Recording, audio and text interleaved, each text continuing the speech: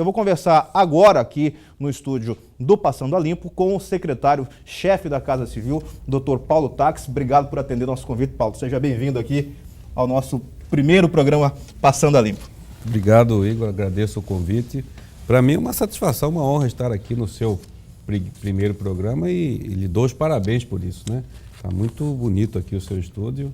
E a honra é minha de estar aqui nesse primeiro programa. Secretário, vamos falar de uma forma geral sobre este momento político em que o Estado está passando, em que o governo está passando. Como é que o senhor define todas essas situações? Vamos falar de SEDUC, vamos falar de RGA, vamos falar de sistema de segurança. O que está acontecendo hoje? Como é que o senhor, como chefe da Casa Civil, percebe e enxerga este momento?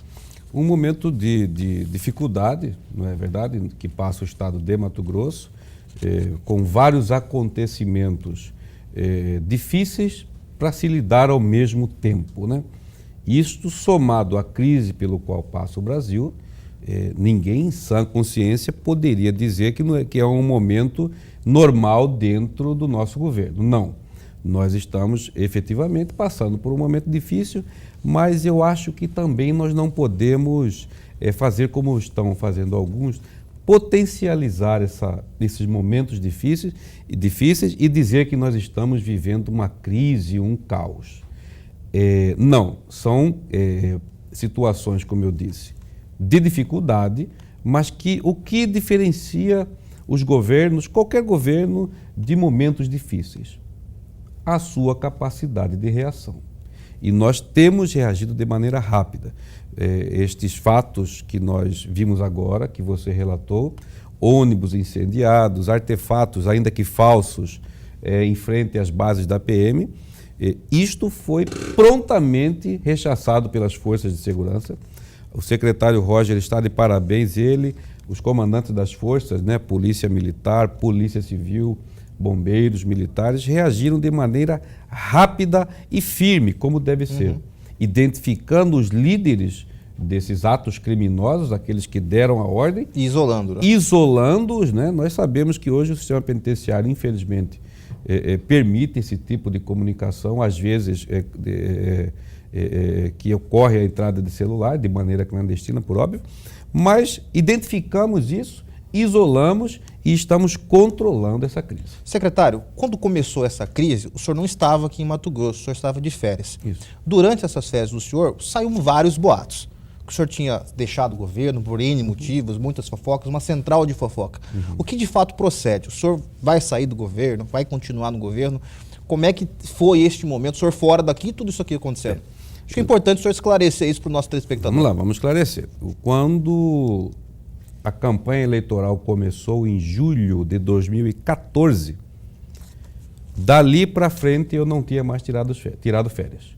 A campanha eleitoral acabou, começou o período de transição, que foi até dezembro de 2014. Começamos aí o nosso governo, então eu estava desde junho de 2014 sem tirar férias.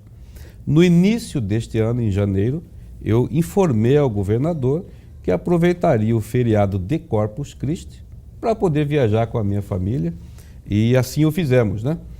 Saí, então, quando a viagem foi definida no início do ano. Quando eu viajei, começaram esses boatos de que eu teria pedido exoneração e que não voltaria mais para o governo. Como você disse, não passaram de boatos. E eu atribuo isso a um jogo que é um jogo que existe há muito tempo, né? Desde Roma antiga, que é o jogo de poder. Acredito que isso ocorreu por pessoas que queriam talvez ocupar esse cargo, né? Estar mais próximos do governador, mas tudo não passou de boato. Secretário, também durante esse período houve uma reunião dos deputados estaduais com o governador Pedro Tax no Palácio Paiaguás, onde houve uma cobrança por parte dos secretários de um maior atendimento para com os deputados, para com as bases. E muitos deles vieram a público, foi o caso do deputado Nininho, cobrando uma série de coisas. Né, maior celeridade dos processos, que o governo pudesse conversar e dialogar. Está faltando diálogo do governo com a Assembleia? Está faltando diálogo do governo com a sociedade de uma forma geral? Não, tanto não está faltando diálogo que isso foi detectado numa conversa, num diálogo. Nós já tínhamos essa noção, essa convicção de que os deputados estavam apresentando algumas sugestões de aprimoramento no governo, nos atendimentos a eles, deputados, às suas assessorias. Isto é absolutamente normal. Isto mostra que efetivamente nós estamos fazendo o diálogo. Veja bem, Igor e aqueles que nos assistem, fala-se muito que o secretário não pode ser técnico, tem que ser político. Eu digo a você que o secretário, nós secretários, primeiro o registro nós levamos um dia extremamente de trabalho árduo, pesado, temos trabalhado como foi agora nesses acontecimentos que você se referiu de violência. Nós trabalhamos sábado e domingo passado, passamos o sábado e o domingo no Palácio Paiaguás. Isto é próprio da administração pública, não se deve reclamar disso. Quem está ocupando um cargo público tem que estar pronto e preparado para isso. Os deputados, quando eles colocam essas situações, eles estão informando ao governador aquilo que eles entendem que pode ser aprimorado no nosso dia a dia. Então não há nenhum problema nisso, pelo contrário, ali na Assembleia nós temos deputados de absoluta experiência, inclusive do Executivo. Ex-prefeitos, deputados de 7 mandatos, 4 mandatos, que foram prefeitos 2 mandatos.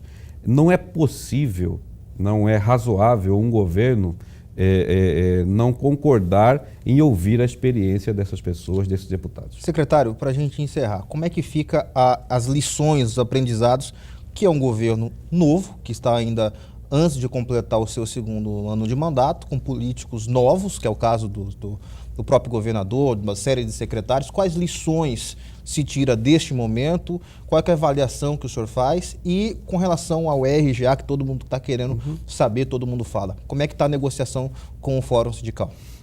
Hoje, Mato Grosso, dos 27 estados do Brasil, é o único, junto com o Paraná, que está negociando a RGA.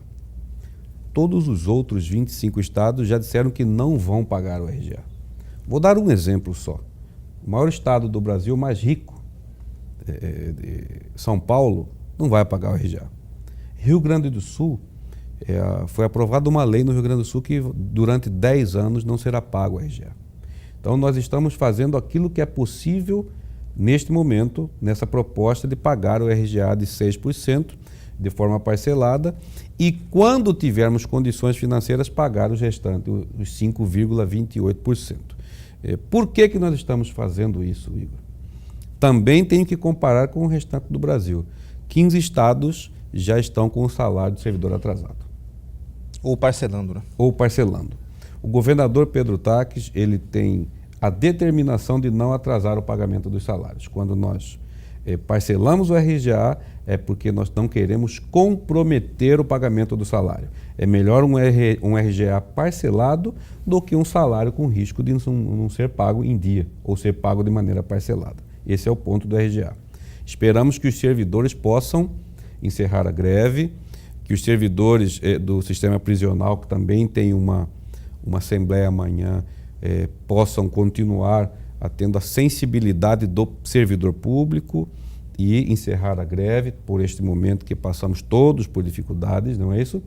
E a lição que fica para nós com 1 ano e meio de governo, que nós temos que sempre buscar o aprendizado, o melhoramento, o aprimoramento do nosso trabalho. E não podemos ser refratários, nos incomodar com as críticas. Elas devem ser utilizadas para que possamos melhorar o nosso atendimento e que o cidadão lá na ponta possa receber a prestação de serviço do Estado. Tá certo. Secretário Paulo Taques, obrigado pela sua presença aqui no nosso primeiro Passando a Limpo, e vamos torcer todos para que essa situação se resolva rapidamente. Eu aqui agradeço, como eu disse, pelo convite, estou à disposição sempre, porque é nossa obrigação prestar contas, né, ao cidadão. E eu não tenho dúvidas de que o momento vai passar e que o que nós estamos fazendo neste momento é o que é o mais correto para o cidadão de Mato Grosso. Tá certo. Secretário, muito obrigado. Boa noite. Obrigado, boa noite a todos. Nós vamos rapidamente ao intervalo comercial e voltamos em instantes com o Passando a Limpo.